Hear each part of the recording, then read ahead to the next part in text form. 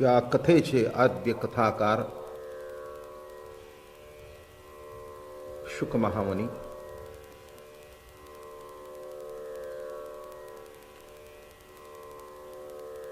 व्यासाने लिहिली, पण परीक्षित राजाला कथा शुकदेवाने सांगितली.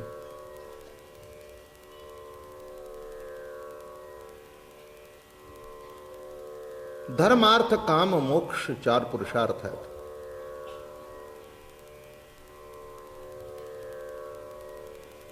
धर्माचं आचरण करावं लागतं कर्माच्या माध्यमातून, मग फलश्रुती. कामाची फलश्रुती मनात आल्याबरोबर मिळत नाहीये, त्याच्याकरता सुद्धा कर्म आहे. पैसा काही चटकन मिळत नाही.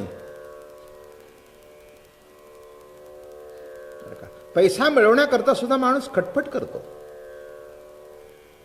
आणि मग म्हणतो मी 100 रुपयाच्या भांडवलाने सुरू केली आणि आता माझं 10 लाखाचं भांडवल आहे. म्हणजे ते 100 रुपये घेतले, धंदा केला, रात्रंदिवस खटपट केली, ते भांडवल वाढवलं, योग्य तऱ्हेने जतन केलं, माल खपवला आणि मग फळ मिळालं. मोक्षाकरता सुद्धा माणसाला साधन चतुष्ट संपन्न असावं लागतं बरं का, तरच ती प्राप्ती होते. म्हणजे हे जे 4 पुरुषार्थ आहेत ते आयुष्याच्या साधनेची फलश्रुती झाली तर होईल, नाही तर नाही बरं का. कोणत्याही कर्माचा शेवट कर्म केलं तरी ते नीट होईल असं काही सांगता येत नाही कोणाला छातीवर हात ठेवून. रोजची स्वयंपाक करणारी बाई असं काही म्हणू शकत नाही की आज मी तसंच करीन, नाही होऊ शकत बरं का. कामाच्या माध्यमातून ज्या मुलाबाळांच्या करता खटपट केली, मुलं बाळ झाली, ती चांगली निघतील असं काही सांगता येत नाही. माणसं म्हणतात आम्ही पोराबाळांना घडवलं, द्या सोडून. त्यांना मार्गदर्शन करावं, शेवटी करायचं न करायचं हे प्रभूच्या हातात असतं. त्या पद्धतीने कार्य जीवनामध्ये चालू असतं. म्हणजे इतकं काही सोपं नाही, कर्म हे करावंच लागतं. असं आहे का की मोक्ष चटकन मिळाला? इतकं काही सोपं नाही आहे, नाही का. मोक्ष हे परमप्रयोजन आहे, नुसतं प्रयोजन नाही तर परमप्रयोजन आहे. म्हणजे त्याचा अर्थ असा आहे की जवळजवळ प्रत्येक माणसाला परमार्थ जेव्हा करतो तेव्हा त्याच्या मनामध्ये एक असतं की आपण मुक्त व्हावं, म्हणून परमप्रयोजन आहे. काय सांगतो नीट लक्ष देऊन ऐका.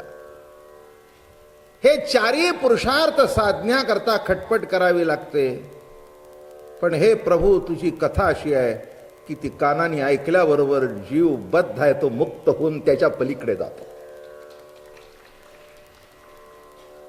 काय म्हटलं मी, कुठे आलो आपण? तुझ्या कथेचं सामर्थ्य असं आहे,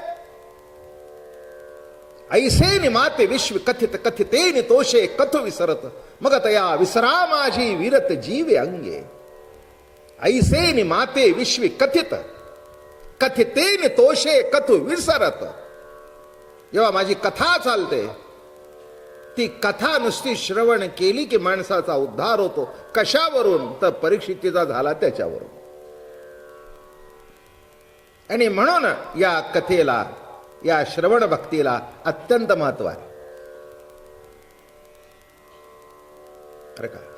जे कर्म फलद्रूप होणार नाही, जी मुक्ती सहज साध्य होणार नाही, ते नामानी आणि हरिकथेनी त्वरित देवाची द्वारी व्हा क्षणभरी.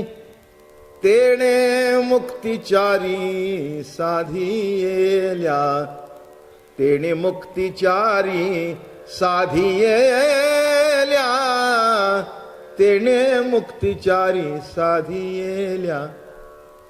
लक्षात घ्या काय म्हटलं की पुरुषार्थचाच अर्थ असा आहे की पुरुषाचा हातून तेवढं कार्य घडल्याशिवाय तो पुरुषार्थ प्राप्त होत नाही. ते कर्माचा शेवट होत नाही. तसं नाही आहे हरिकथेच. श्रवणाच्या मीसे बैसावे येवोनी आणि साम्राज्य भुवनी सुखे नांदा. साम्राज्य भुवनी सुखे नांदा श्रवणाच्या मीसे बैसावे येवोनी. लक्षात ठेवा. म्हणून हरिकथा ऐकाविषयी वाटणं हे सुद्धा जन्मजन्मांतराची पुण्याई लागते. नारद जगभर फिरत बसले हरिकथा गुणगान गात. हरि गुण गावत नाचुंगी. हरीचे गुणगान गात. आणि म्हणून बाकीच्या सगळ्या गोष्टीला अधिकार लागतो, पण अनाधिकारी जीव सुद्धा या कथेमध्ये त्वरित उद्धार पावतो. अरे का कर्म करणं काही सोपं आहे का? अर्थ प्राप्ती ही तरी काही सोपी आहे का? नाही का? कोणतीही गोष्ट सोपी नाही आहे. कष्ट करावे लागतात आणि तेव्हा त्याचं फळ पदरात पडतं. हा साधा नियम आहे. साधा नियम आहे. आणि इथे कष्ट काय? तर श्रवणाच्या मिसे बैसावे येऊनी आणि साम्राज्य भोनी सुखे नांदा. आणि अशी ही कथा चालू आहे. भगवंतानी त्या गोपींना अडवलं. अरे प्रेम आहे प्रेम आहे प्रेम आहे म्हणता. अरे खरं प्रेम असेल तर मी गुप्त झाल्यावर तुम्ही मरायला पाहिजे होतं, जिवंत कशा राहिला? तर म्हणाला जिवंत राहिलो ते तुझ्या कथेमुळे. काय? तू गुप्त झाल्यानंतर आम्ही तुझी कथा कानाने ऐकत होतो आणि तुझी कथा श्रवण केल्यानंतर सत्कथा श्रवण करवी पियुष चाखवी. सत्कथा श्रवण करणी पियुष चाखवी. सत्कथा श्रवण केल्यानंतर कानामध्ये जे अमृत गेलं त्या अमृतामुळे आम्हाला जीवन प्राप्त झालं.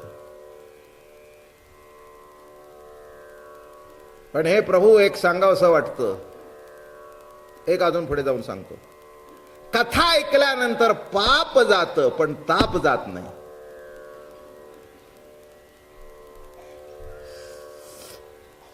गोपी गीत सांगतोय ना तुम्हाला मी, की तू गुप्त झाल्यानंतर आम्ही तुझी कथा ऐकली. कथेचं सामर्थ्य एवढं आहे की कथा ऐकल्यानंतर पाप धुवून गेलं.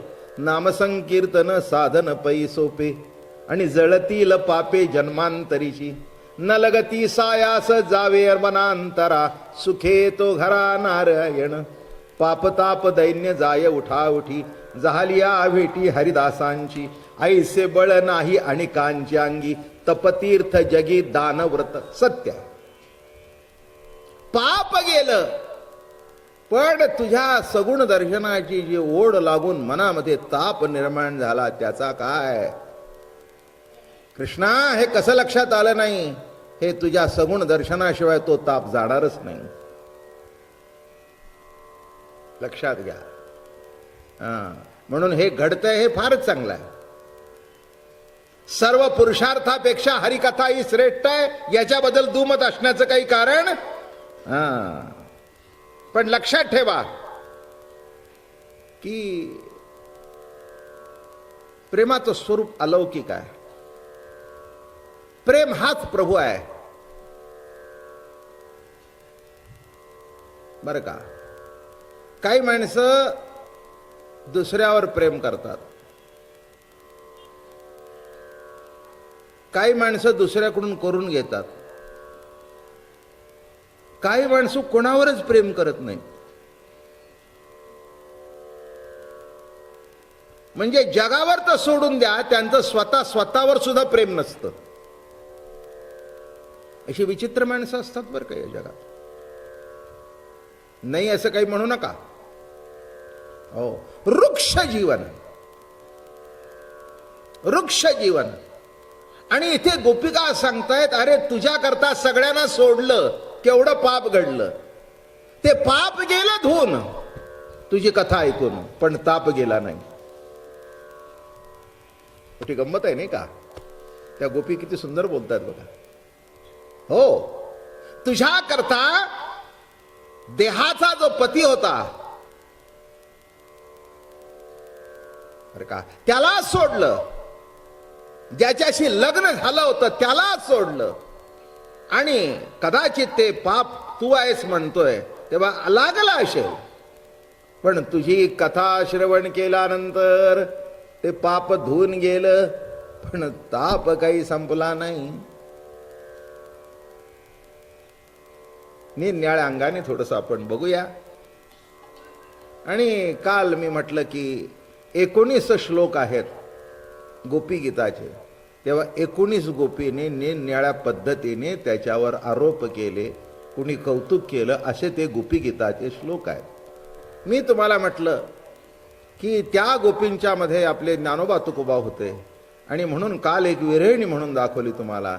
ज्याची आवडी संसार त्यजिला, तेने का बोला धरी लागे माये. सगळ्या कृष्णा करताच आहेत, काही वादातीत प्रश्न आहे. कृष्ण वेधली विरहिणी बोले, कृष्ण वेधली विरहिणी बोले, कृष्ण वेधली विरहिणी बोले. चंद्रमा करीतो उबारा गे माये, नलवा चंदन नो खाली विंजण वारा.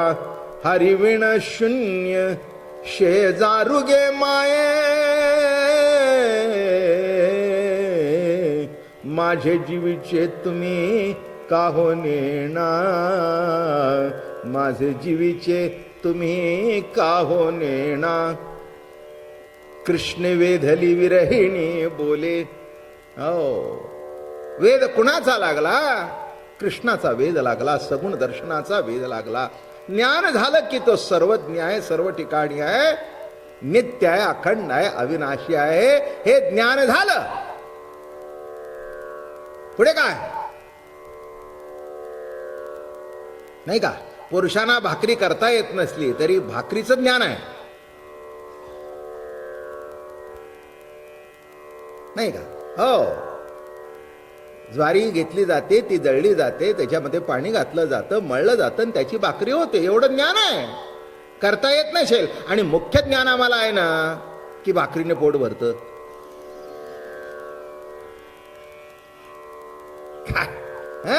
एवढं आहे ना. लक्षात ठेवा. पण एक महत्वाचा भाग सांगतो, नुसतं ज्ञान असून भागत नाही, ते कर्मातून प्रगट व्हावं लागतं. म्हणून जिच्या हातून ते कर्मातून प्रगट होतं तिला अनन्य व्हावं लागतं. आलं का लक्षात? त्या बायकोला अनन्य व्हावं लागतं, बरं का? म्हणून वस्तू आणून देतात पुरुष, पण करते बाई. तसं वस्तुरूप परमात्मा आहे, पण वस्तूची प्रक्रिया ज्याच्यातून प्रगट होते, प्रक्रिया, तिला प्रकृती म्हणावं, तिला प्रकृती म्हणावं. हा मुख्य मुद्दा लक्षात ठेवा. आणि म्हणून जीवनाकडे, जगाकडे निरनिराळ्या पद्धतीने बघितलं जातं. गंमत बघा. चला विचार मांडू. आता काय प्रवचनच करायचंय. 15 दिवस झाले बरं का. म्हणजे उद्यापासून एक एक दिवस कमी होईल. आत्तापर्यंत एक एक दिवस वाढ होते, उद्यापासून एक एक दिवस कमी होईल. तेव्हा तसं काही मला कळलं तसं 15 दिवस सांगितलं. आवडलं का नाही मला माहिती नाही, पण बरं वाटलं म्हणून रोज येत आहे. आवडलं की नाही मला माहिती नाही. आणि एक सांगू का, आवडू दे नका न आवडू दे, बरं वाटलं म्हणजे झालं ना. काय करायचंय, काय करायचंय? तेव्हा मजा म्हणून सांगतो. वेदांती म्हणतात बघा, कशी जगताकडे बघण्याची दृष्टी मोठी गमतीची आहे. एखाद्या वेदांत्याला विचारले काय आहे हे जगत, जीव, परमात्मा, तो म्हणेल मी द्रष्टा आहे आणि जगत तथा ईश्वर हे दृश्य आहेत. हे सगळं विषय मांडून तुम्हाला गोपींच्या जवळ यायचं. वेदांती काय म्हणेल? मी द्रष्टा आहे आणि जगत तथा ईश्वर हे दृश्य आहे. मी द्रष्टा आहे, हे जगत आणि परमात्मा हे दृश्य आहे. मी द्रष्टा आहे याचा अर्थ कळला का? द्रष्टा साक्षी आहे, सर्वात असून सर्वात नाही. साक्षी म्हणजे कोण? एखाद्या दाव्यामध्ये साक्षीदार असतो, तो काहीच करत नाही, पण काही न करता त्यांनी बघितलंय, तो तिथे होता, म्हणून त्याला काय म्हणतात? साक्षी. तसं आपल्यातला जो जीवात्मा आहे त्याला आपण साक्षी का म्हणतो? तो काही करत नाही, अलिप्त आहे, असतो पण काही करत नाही, पण काही करत नाही पण असतो, म्हणून साक्षी. कसा शब्द वापरलाय? म्हणून वेदांताच्या प्रक्रियेमध्ये जी माणसं आहेत त्यांना हे लक्षात येईल. भक्त म्हणतात आम्ही दृश्य आहोत, परमात्मा द्रष्टा आहे. जरा पुढे सरू. भक्त काय म्हणतात? आम्ही दृश्य आहोत, म्हणजे ही सगळी सृष्टी त्यांनी निर्माण केलेली आहे, हे त्याचं स्वरूप आहे, त्याचं दर्शन आहे, व्यक्त दर्शन आहे, नाही का? दृश्य आम्ही आहोत, परमात्मा द्रष्टा आहे. याचा अर्थ कळला का? मी त्याचा आहे. वरचा अर्थ कळला का? मीच देव आहे. मी द्रष्टा आहे म्हणजे मीच देव आहे. दृश्य द्रष्टा दर्शन, नाही का? कोण आहे मी? मी देवच आहे, मी परमात्माच आहे. भक्त काय म्हणेल? मी दृश्य आहे, परमात्मा द्रष्टा आहे, मी त्याचा आहे. पुढे जाऊन एक शब्द अजून टाकू, मी त्याचा आहे, तो माझा आहे. देव माझा, मी देवाचा, ऐसी सत्य सत्य व देवाच्या. म्हणजे भक्त काय म्हणेल ते लक्षात घ्या, आणि हे वर्माचं आहे. प्रेमी काय म्हणेल? मी दृश्यही आहे आणि द्रष्टाही आहे. आपल्याला गोपींच्या पर्यंत यायचं आहे ना. वेदांती, भक्त आणि प्रेमी, बर का? भक्त हा भक्ती करायची या जाणीवेने ती उपासना करतो. प्रेमीला माहितीच नसतं मी काय करतो, इतका एकरूप होऊन गेलेला असतो. माझं बोलणं कळलं का? एखादी बायको बायको असते आणि एखादी बायको प्रेमी असते. एखादा नवरा नवरा असतो आणि एखादा नवरा प्रियकर असतो. काय समजतंय का नाही?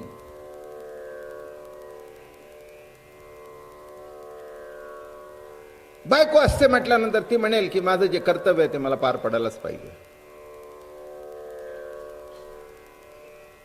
काय? हो, त्यांची पत्नी आहे मी, मला कर्तव्य पार पाडायलाच पाहिजे, जेवण करायलाच पाहिजे, त्यांच्या आवडीचं करायलाच पाहिजे, बरं का? म्हणजे हा आपला पती आहे हे कुठेतरी तिच्या मनावर दडपण आहे, आणि ही माझी पत्नी आहे आणि हिने माझ्या मनासारखं वागलंच पाहिजे, याला कुठेतरी तो एक अहंकार आहे. जिथे प्रेमी आहे तिथे हा प्रश्न येत नाही. प्रेमी भक्त जरी असला तरी तो पूजा, आता माझी पूजेची वेळ झाली, मी पूजा करतो. प्रेमी म्हणेल पूजा करण्याचा काही प्रश्नच नाही, केली तरी समजून गेले, नाही केली तरी समजून गेली. दृश्यही मीच आहे, द्रष्टाही मीच आहे. काय समजतंय का? काय म्हटलं मी? भक्त म्हटल्यानंतर तो देव झाला, मी भक्त झालो. मग मी त्याचा भक्त असल्या कारणाने मला त्याची पूजा करायला पाहिजे, मंत्र तंत्र म्हणायला पाहिजे.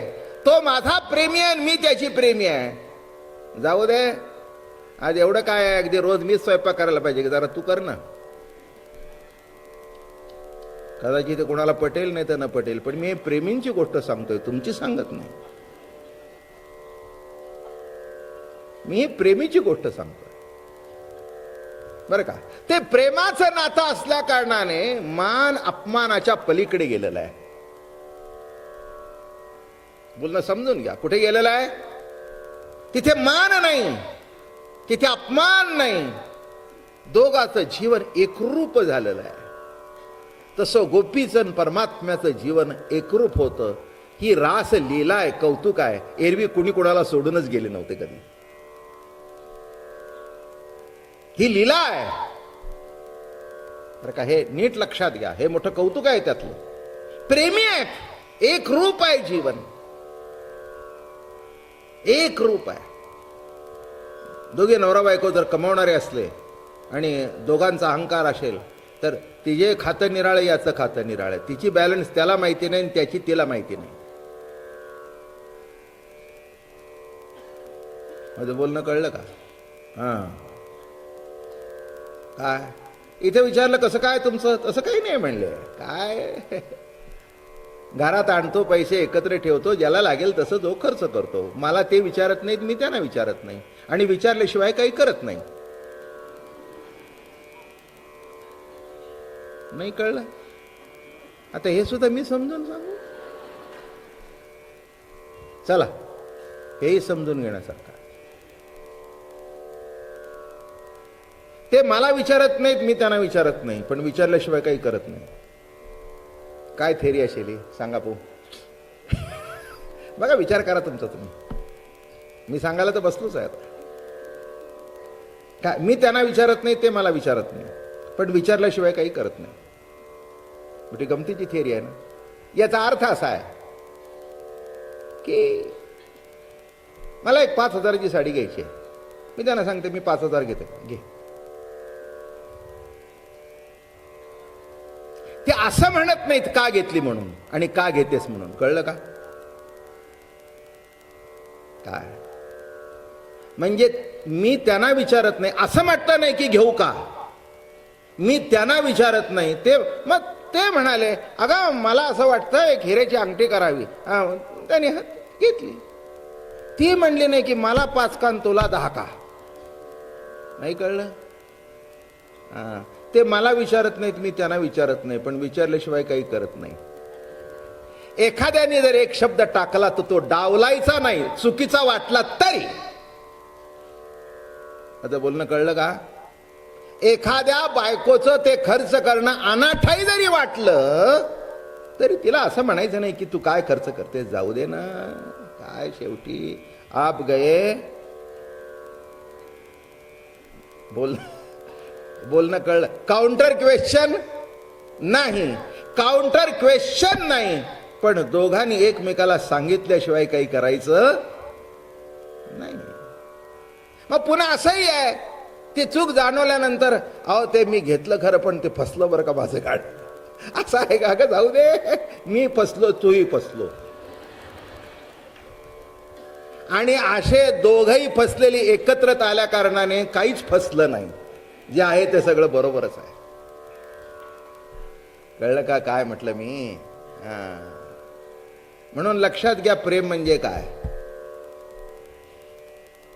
बर का. प्रेमात परवानगी लागत नाही, पण परवानगीशिवाय काही करत नाहीत. प्रेम परवानगी करता अडून बसत नाही, मला काय विचार नाही, नाही जाऊ दे चल कर कर. प्रेम नीट लक्षात घ्या. इथे काही लोकांना अनुभव असेल, तो नसेल तर आजपासून सुरुवात करा. काय बिघड, काय वाईट बीट सांगितलं मी? काय काय तुमची काडी मोडबोडी करतोय का काय मी? हा, काडी मोडबोड करत नाही ना. उलट मोडायला आली असेल तर कुठेतरी आज प्लास्टर लावून घरी पाठवतोय.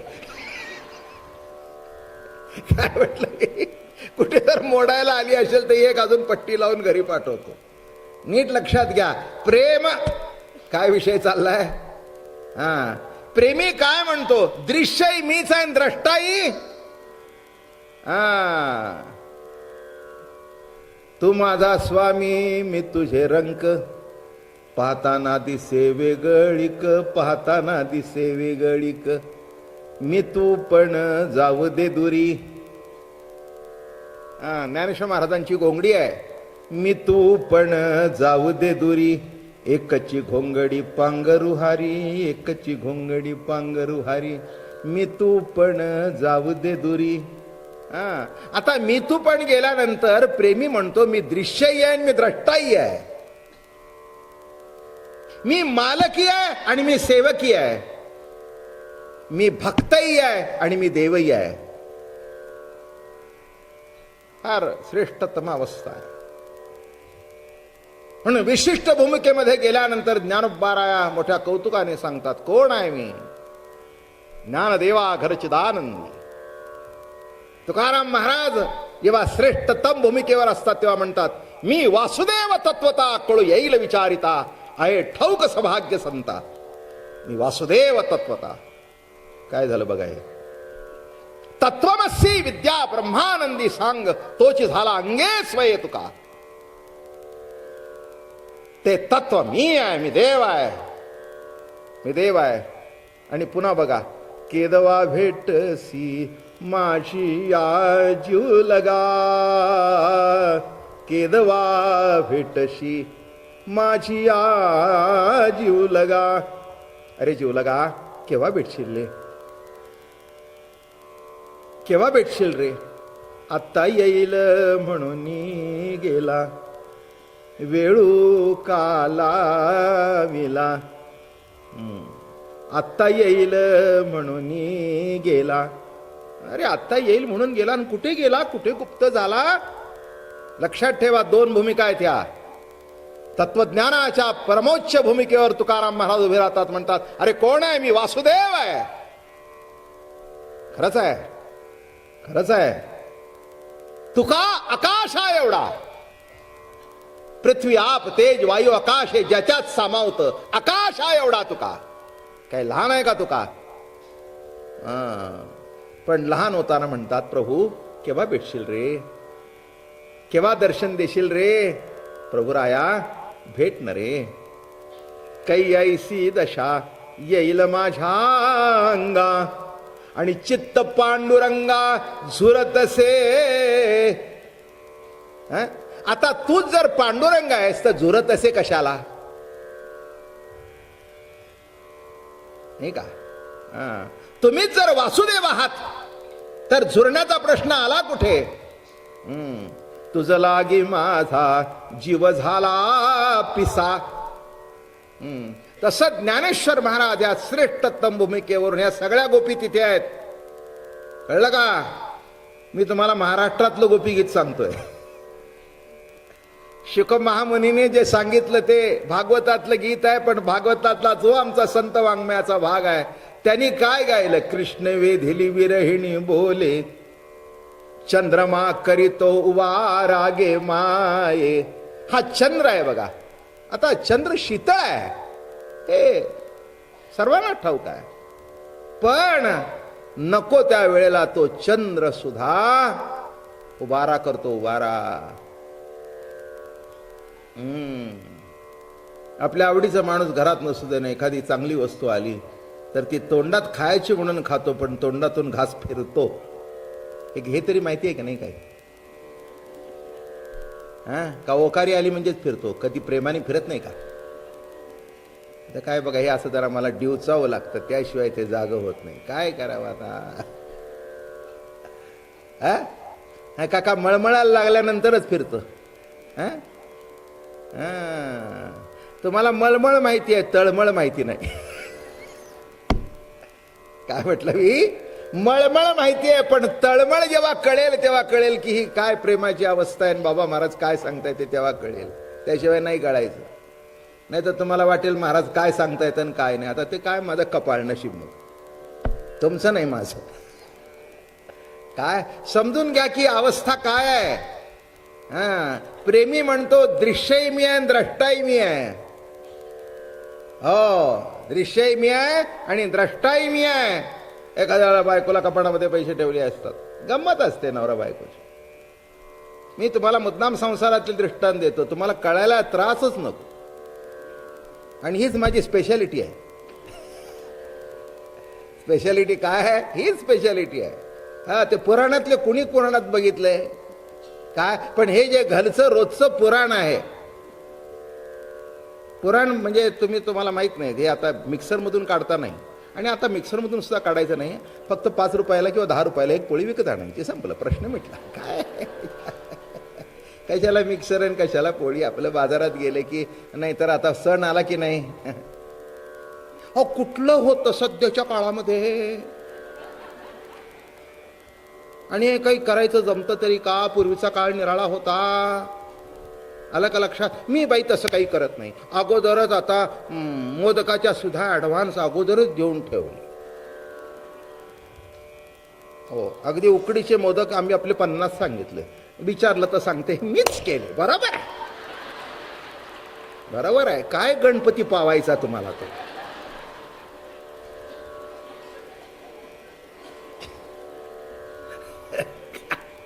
जरा वर्षातून एकदा तरी हात लागू द्या.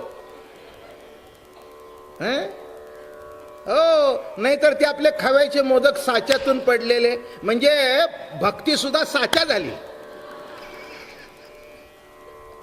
भक्ती सुद्धा काय झाली?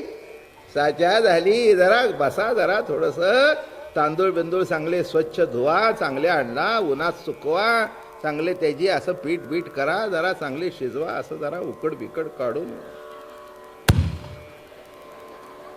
हे करता येतं. मला काय एवढं येत नाही की काय? आणि इथे करायचं काहीच नाही, नुसतं हाताने ऍक्शन करायची आहे.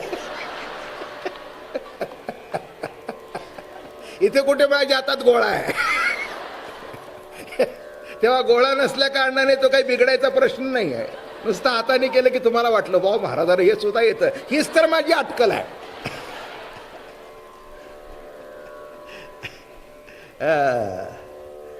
काय मजा आहे ना काय? हो, अरे विचारायची गरज काय? रिटर्न सहज चालला होता, घरामध्ये पैसे ठेवले होते, तिने लागले काय उठ घेतले. नवरा म्हणाला विचार घेतला. तुम्हाला काय विचारायचं? काय काय मी मालकीण नाही का? चोर आहे. तो म्हटला माझी आई, श्रावण सुरू झालाय, काही काही भानगड नाही, अगदी काय नाही. नाही चुकलं माझं म्हणला, मी विचारलं ते चुकलं, काय लागेल ते घे, तूच मालकीन, उद्यापासून मला तूच दे. पुष्कळ घरामध्ये बायका नवऱ्याला बाहेर जाताना 10 रुपये देत असतात. विडी काढीला शब्द मोठा आपला मराठीतला गोड आहे नाही का? 10 रुपये कशाला हो? विडी काढीला आपले चहा पाणी 10 रुपये काढून द्यायचे, म्हणजे त्यांनी जास्ती खर्च करू. मी म्हटलं एका बाईला, ते कमवतात, तुम्हाला माहित नाही महाराज यंदा त्यांच्या हातात बंडल गेलं ना की काय करतील आणि काय नाही, म्हणून जाताना आपलं 10 रुपये वर देते आणि शिल्कला एक 10 रुपये ठेवते, पडलं बिडलं तर आपलं असू द्या. गवाळा आहे आमचा नवरा. असो असो, काय सांगितलं मी? प्रेमी म्हणतो दृश्यही मीच आणि द्रष्टाही मीच आहे, सेवकही मीच आहे आणि मालकी मीच आहे, भक्तही मीच आहे आणि देवही मीच आहे. आणि म्हणून त्या एक श्रेष्ठ भूमिकेवर उभा राहिल्यानंतर चंद्रमा करीतो वार आगे माई, नलवा चंदन न घाली विंजण वारा, नलवा चंदन न घाली विंजण वारा. विंजण वारा म्हणजे पंख्याने वारा घालणे. पूर्वी काही फॅन वगैरे काही नव्हते, एअर कूलर्स नव्हते, एअर कंडिशन नव्हतं, विंजण वारा. नलवा चंदन, अरे कशा करता चंदन लावताय आणि कशा करता पंख्याने वारत घातला? माझं आतलं पेटलंय बर का. देह चंदनाने शीतळ होईल, देह वाऱ्याने शीतळ होईल, पण माझ्या अंतःकरणाला जे विरह तीव्र ताप जो माझ्या अंतःकरणात हृदयात प्रगट झालाय त्याचं काय? तो कशाने जाणार आहे? हरिविण शून्य शेजारुगे माये, माझे जीवीचे तुम्ही काहो नेणा, माझे जीवीचे तुम्ही काहो नेणा, माझा बळिया तो पंढरी राणागे माये. वारकरी संतांनी ही अवतार परंपरा मानली, म्हणून मंत्रामध्ये तिघाचाही उल्लेख आहे. रामकृष्ण, जो राम होता तोच कृष्ण, जो कृष्ण होता तोच हरी, म्हणजे आता पांडुरंग. म्हणून सुरुवात केली कृष्णे वेदिलीन मध्ये. काय सांगतायत? शेवटी सुद्धा बघा बाप रुक्मादीवर असतं, म्हणून लक्षात घ्या. माझा बळिया तो पंढरी राणा गे माये, माझे जीवीचे तुम्ही काहो नेणा. बर का, एक मुलगी रुसून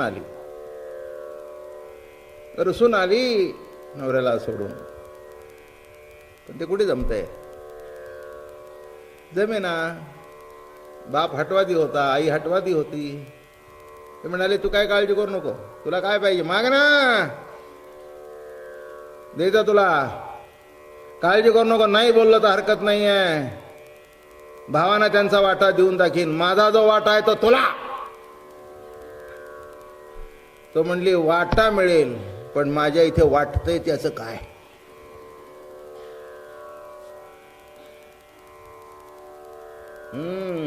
साडी घेऊन द्याल, सोन्याचे दागिने द्याल, इष्टिटीचा वाटा द्याल, पण त्याच्याशिवाय मी जगू शकत नाही, याला तुम्ही काय करता. हरिविण शून्य, हरिविण शून्य शेजारुगे माये, माझे जीवीचे तुम्ही काहो नेणा. मग शेवटी एक दिवस सांगितलं, बाबा हे सगळं राहू द्या ना, काय तुम्ही मला रोज सांगता आता, माझ्या जीवीचे तुम्ही काहो नेणा.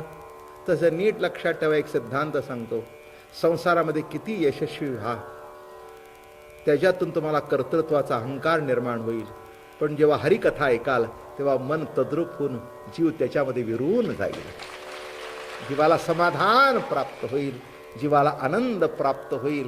कारण हरिकथा ऐकता ऐकता वृत्ती निरांकारी होईल. अहंकार मनातला बुद्धीतला गेल्याशिवाय समाधान प्राप्त होत नाही. माझे जीवीचे तुम्ही काहो नेणा. मग शेवटी सासरी बुवानी जावयाला फोन केला, हो हिचं काही खरं नाही आहे. हो हो म्हणाले, मी येणारच होतो, पण मला राहिलं, मी जरा बाहेरगावी गेलो कामा करता, मलाही त्याशिवाय चैन पड. इथे कशाची भूक आहे, कशाची भूक आहे, तर भक्ती अंतःकरणामध्ये निर्माण होणं. आणि मला असं वाटतं, भूक लागल्याशिवाय रस्त्याचं हॉटेल दिसत नाही.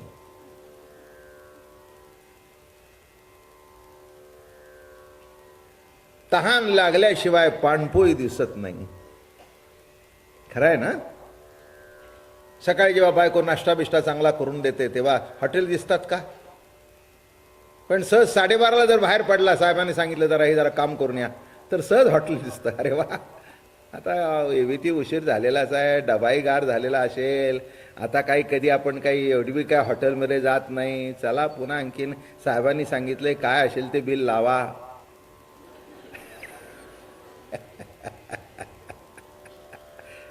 काय मग दोन्ही भत्ते मिळाले, मग हॉटेलमध्ये गेला, चांगलं जेवला बिवला मस्तपैकी, चांगलं झालं, वा म्हणा.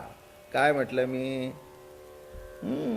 एरवी ते दिसत नाही, भूक लागल्यानंतर दिसल्याशिवाय राहत नाही. 2 वर्षाच्या पोराला पोरी दिसतात का, दिसत नाहीत का. पण विशिष्ट वयात आल्यानंतर दिसल्याशिवाय राहते का. कारण का, ती असू दे, तो असू दे, कोणी असू दे, एक विशिष्ट वयाचा भाग आहे. तसा अध्यात्म ज्ञानाचा सुद्धा वयात यावं लागतं, त्याशिवाय त्याची गोडी लागत. म्हणून मग शोध होतो. याच्याकरता असं आहे, शोधल्याशिवाय मिळत नाही. काय म्हटलं मी, मिळतं कोणाला, ज्यांनी शोधलं त्याला. ज्यांनी शोधलंच नाही त्याला कसं मिळतं. परमात्मा लपला तर शोधायला गेला म्हणून मिळाला.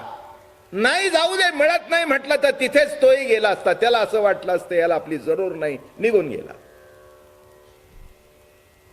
निघून गेला. नीट लक्षात घ्या. पुष्कळचं काहीतरी तुम्हाला असं सांगावं असं वाटतं. आहे खजिना काही आमचा नाही आहे, आमच्या हातात फक्त त्यांनी चावी दिली. याच्यातलं जेवढं जेवढं लागेल तेवढं वापरा आणि पुन्हा आणून ठेवून द्या.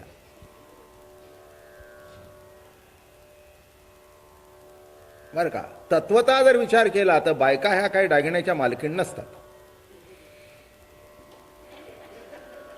Very daring statement.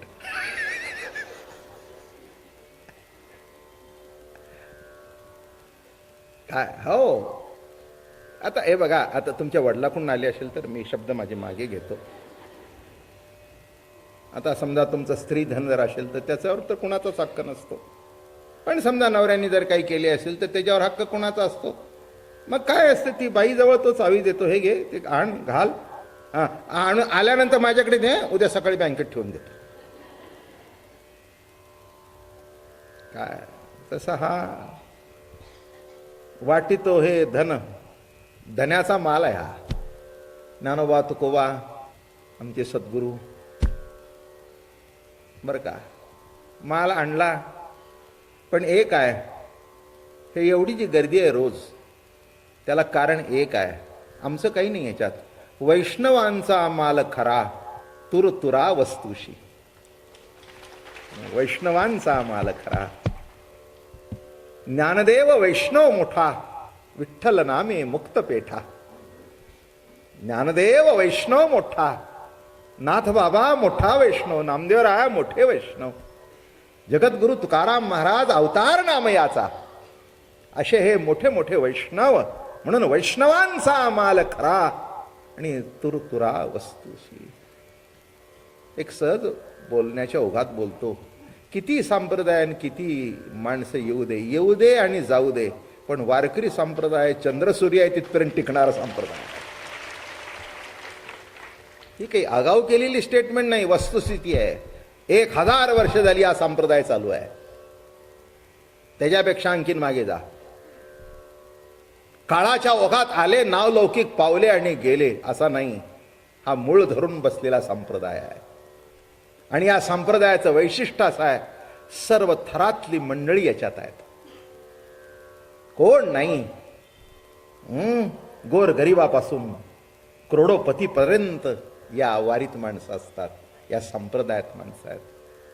असो, भक्तीची ओढ, भक्तीची जिज्ञासा कुणाला मिळेल, हा खजिना कुणाला सापडेल? जो शोध घेईल त्याला. शोधच घेणार नाही त्याला कसा सापडेल? आणि म्हणून आपल्याला विषय मांडता मांडता 2-3 गोष्टी सहज सांगतो.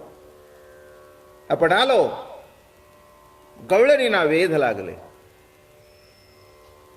लपाला की पुढलांची दृष्टी चोरी जे, हा दृष्टी बंद निपजे, परी नवल लाघव तुझे जे आपण पे चोरी. कितीतरी अंगाने विषय मांडता येतो. ज्ञानेश्वरी अध्याय 14 गुरुस्थितीचं वर्णन आहे. जय जय आचार्या समस्त सुरवर्या, प्रज्ञा प्रभा सूर्या सुखोदया, जय जय सोम विसावया, सोम भाव सुहावया, नाना लोक हेलावया, ऐकेगा तू, ऐकेगा अर्थबंधू, निरंतर कारुण्य सिंधू, विशद विद्या वधू वल्लभाजी. पुढे बघा, तू जया प्रतीलपसी, तया विश्व हे दाविशी, आणि प्रगटतई करिसी आगवेची तू. की पुढलांची दृष्टी चोरीजे, हा दृष्टी बंद निपजे, परी नवल लाघव तुझे जे आपण पे चोरी. असा चोरून राहिला. काय झालं त्या गवळणीना कळेना. लपाला, होता खांदी, कुठे गेला, कुठे लपला हे कळेना. आक्रोश सुरू झाला, आक्रोश सुरू झाला. डोळ्यातून धार वाहू लागली सगळी. हे काना, हे कन्हैया, अरे हे प्रभू तू कुठे गेलास? आणि मग काल मी तुम्हाला म्हटलं, 19 गोपीने 19 श्लोक गायले, बर का, विविध अंगाचे आहेत. मला आज दुपारी असं निसता आठवलं, त्या 19 श्लोक अशाच अर्थाचे आहेत. तुझ्याकरता अमकं सोडलं, तुझ्याकरता अमकं केलं, तुमकं केलं, हे केलं, ते केलं, तू दुष्ट आहेस, तू कठोर आहेस, अमके आहेत, तमके आहेत, असेही शब्द आहेत. मला सहज असं आठवलं, आमच्या माऊलीच्या विरहण्या म्हणजे हे गोपीगीतातलाच भाग आहे. ज्याची आवडी संसारू त्यजिला, तेणे का बोला धरी लागे माये. चला आता मी तुम्हाला माऊलींचं गोपीगीत ऐकवतो. ज्याची आवडी संसारू त्यजिला, तेणे का बोला धरी लागे माये. पाया दिधली मिठी बैसली जीवे गाठी सावमाने जगजेटी उभा ठेलागे माये भेटवा हो त्यासी चरण झाडीन केशी भेटवा हो त्यासी चरण झाडीन केशी सगुण रूपाशी मी ओ भाळली सगुण रूपासी मी ओ भाळली भेटवा हो त्यासी चरण झाडीन केशी. ऐकताय का वेणुगीत? क्षेमा लागी जीवू उताविळ माझा उचलोनी चारी भुजा देईन क्षेम कोण्या गुणे काहो रुसला गोवळू कोण्या गुणे गाव कोण्या गुणे काहो रुसला गोवळू सुखाचा चावळू मजशी न करी ओ माये भेटवा हो त्यासी चरण झाडीन केशी. ऐस्या अवस्थेचे पिसे लावियले कैसे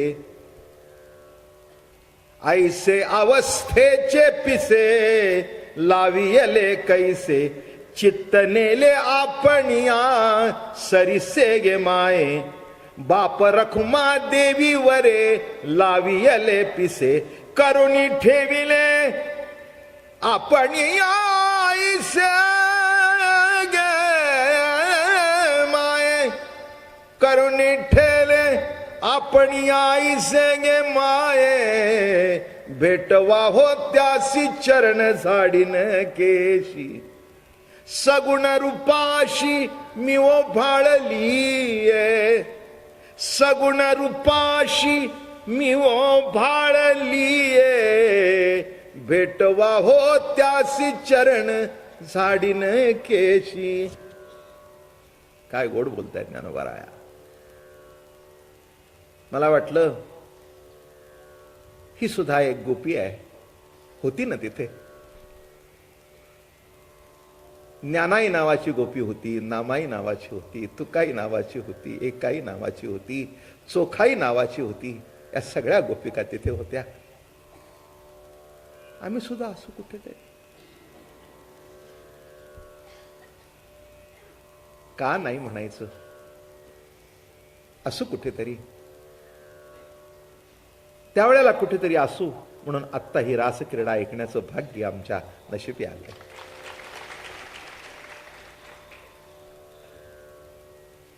हो, कदाचित रासेत नसतो पण जाणारा येणाऱ्याला बघितलं तरी असेल. पुष्कळ झालं ना, काय आणखीन पाहिजे? भेटवा हो त्यासी चरण झाडीन केशी. काय उच्चतम विराची अवस्था आहे. कुणीतरी मला भेटवावं त्याला. माझ्या सख्याला जर तुम्ही मला भेटवलं तर माझ्या केसांनी त्याचे पाय झाडीन. काय कल्पना, काय दिव्यत्व, काय भक्तिभाव. लक्षात ठेवा, ही विरहाची अवस्था परमश्रेष्ठ आहे. पूर्वराग मिलन आणि विरह. जीवनाची मिलनामध्ये सांगता नव्हे तर मिलनानंतर विरहामध्ये खऱ्या भक्तीची उच्चतम अवस्था प्रकट होते. म्हणून ज्ञानेश्वर महाराजांनी मला कोणीतरी प्रश्न विचारला, का बाबा महाराज अगदी फार ज्ञानेश्वर महाराजांची मूर्ती बिर्ती अगदी समाधीत बसली आहे तसं बसवली. बसवली म्हणजे काय म्हटलं? बसवली नाही, आहे तिथे. तू काय बोलतो म्हटलं? काय बोलतोस तू? मला जसं दिसलं तसं बसवलं. दिसले तसे बसवले. मग काय करत असतील? म्हटलं विणा घेऊन विरहिणी गात असतील. विणा घेऊन हातामध्ये चिपळी आहे, विणा आहे. तो मज व्हावा, तो मज व्हावा, वेळोवेळा व्हावा पांडुरंग, तो मज व्हावा. काय गातायत, किती उच्चतम. ज्याची आवडी संसार तेजिला, तेने का बोला धरी लागे माय. ऐका गोपी गीत. ज्याच्या करता सर्वस्वाचं त्याग केलं, व्यवहार सांगू अगदी खालच्या लेवलला येऊन सांगतो, म्हणजे रोजच्या घरातल्या. एक मुलगी एका करता सर्वस्व सोडून देते. बाप सोडते, आई सोडते, इस्टेट सोडते, हक्क सोडते, घरदार सोडते, आणि त्याचा हात धरून येते त्याच्याकडे. आणि एक दिवस असं घडतं, ज्याच्या करता सोडते तोच तिच्याकडे बघेनासा होतो.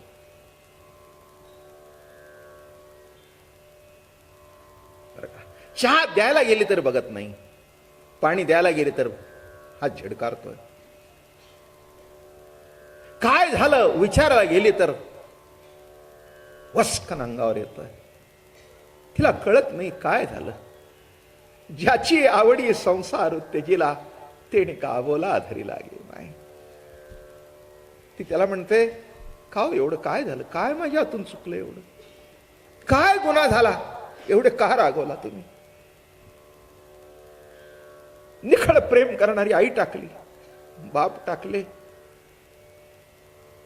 आई वडिलांना आमच्या देहांत प्रायश्चित्त झालं.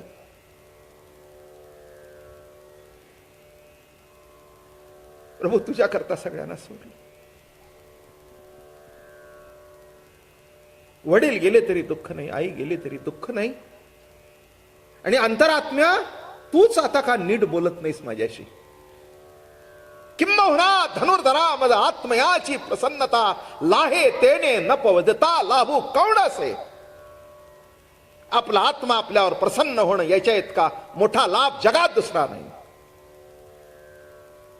घरामध्ये बापानी तोंडावून हात फिरून जमत नाही, मुलांनी नाही, कोणी नाही, मालकानी फिरवावा लागतो. तसं आत्मराजाने आपल्या पाठीवून हात आणि तोंडावून हात फिरवावा लागतो. याच्याकरता ही विरणी आहे. काय म्हटलं, ज्याची आवडी संसार त्याजिला, तेने का अबोला धरी लागे माय. एअर कंडिशन खोली आहे,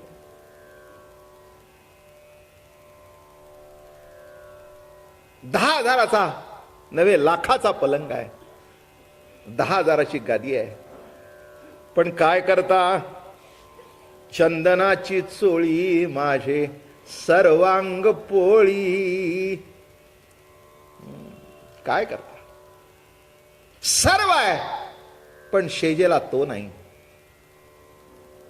सर्व आहे आणि जवळ असून बोलत नाही. कोणी आगुणे का रुस लागू वळू. सख्या काय रे झालं, का रुसलास. असं नाही वाटलं तुझ्या करता ह्या जन्म मरणाच्या फेऱ्यात आम्ही अडकलो. आई गेली, बाप गेले, गावाने वाळीत टाकलं. साधा धर्मामध्ये जे अधिकार असतात तेही मिळाले नाहीत. दोन्ही तिन्ही बाजूनी सांगतो. हे सर्व तुझ्या करता केलं. आणि एवढं करून ज्या जगाकरता एवढं केलं, त्या जगाने सुद्धा शेवटी आम्हाला वाळीत टाकावं. जाऊ दे जगाचं, तू तरी का बोला धरून बसलायस आता. शेजारी बोलत नाहीत, समोरचे बोलत नाहीत, बाहेरचे बोलत नाहीत, ना बोलू दे. पण शेवटी जग बोलत नाही तेव्हा अंतरात्म्याने तेव्हा आधार द्यावा. कोणी नाही, मी आहे तुझ्या बरोबर, चाल. कोण्या गुणे का हो, कोण्या गुणे का हो, कोण्या गुणे का हो, रुसला गोवळू. सुखाचा चावळू मजशी न करी ओ माये. भेटवा हो त्यासी चरण झाडी न केशी. माझ्या आवडीची विरहिणी आहे ही मोठी. दरवर्षी आळंदीला म्हणतोच मी, पण आज ओघाने वाटलं तुम्हाला सांगावं. तुम्ही तरी कधी ऐकणार. फक्त वर्षातून एकदाच म्हणतो, पुन्हा म्हणत नाही. मला अनेकांनी ऑफर दिला की पुण्याला आपण मोठा कार्यक्रम करू. म्हटलं नाही, मी कुठेही म्हणत नाही, कुठेही म्हणत नाही. फक्त त्या कॅसेट केली की कुठेतरी पुढच्या पिढीला एक असावं, ऐकावं की विरहिणी काय आहे. ही अवस्था आहे, विरह ही अवस्था आहे. नाम पर, रूप पर, भेटी पर, स्थिती पर, विरहिणी पर नाही. विरहिणी म्हणजे विरहिणीच. ज्ञानेश्वर महाराज एका ठिकाणी म्हणाले, अवस्था धाकुटी म्हणू नये. ही अनुभूती आहे, ती अवस्था लहान म्हणू नका. एक अवस्था प्राप्त होण्याकरता जन्मजन्मांतरी बहु केले सायास. याची भेटी लागे वृत्ते उपवास. सेविली गंगेचे तटाके उदास. त्याशी आ सुकृतासी आजी आले नेणो घोष हो. ज्याची आवडी संसारू त्यजिला. तेणी का बोला धरी लागे माये. का बोलत नाही, का बोलत नाही, का बोलत नाही. नाही का? खरंच आपल्याला सुद्धा वाटतं एवढं आपण भजन करतो, कीर्तन करतो, हा का रुसला आपल्याला. देईन उत्तर त्याच. गवळीने जे उत्तर दिलं ते तुम्हाला देईन. कळेल काय सुंदर गोड विषय आला. मला आज इतका दुपारी आनंद झाला. तुम्ही घरी जाऊन निवांत झोपता, मला झोपच नाही सध्या.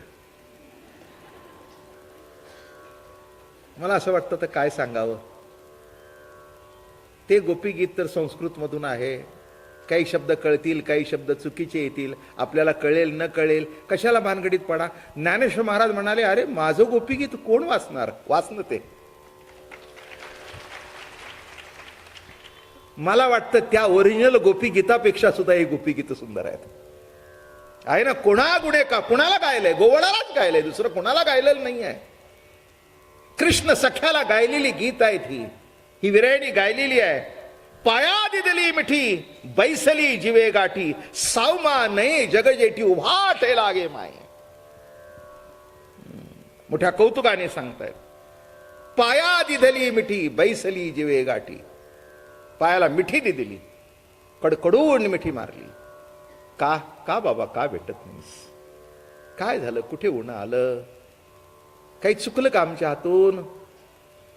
पाया दिदली मिठी बैसली जिवे गाठी. सावमा नाही जग जेठी उभा. जवळ येत नाही पण उभा राहतोय. जवळ येत नाही पण लांबून दिसतोय पण हात लावता येत नाही. ठोका चालतोय म्हणजे कळतोय पण स्पर्श करता येत नाही. हे बघा, जिथे ठोका चाललाय तिथे हात लावा पाहू. लावता येतो नाही. म्हणजे दिसतोय पण जवळ जाता येत नाही, स्पर्श करता येत नाही. कोण्या गुणे का हो रुसला गोवळी. भेटवा हो त्यासी चरण झाडीन केश.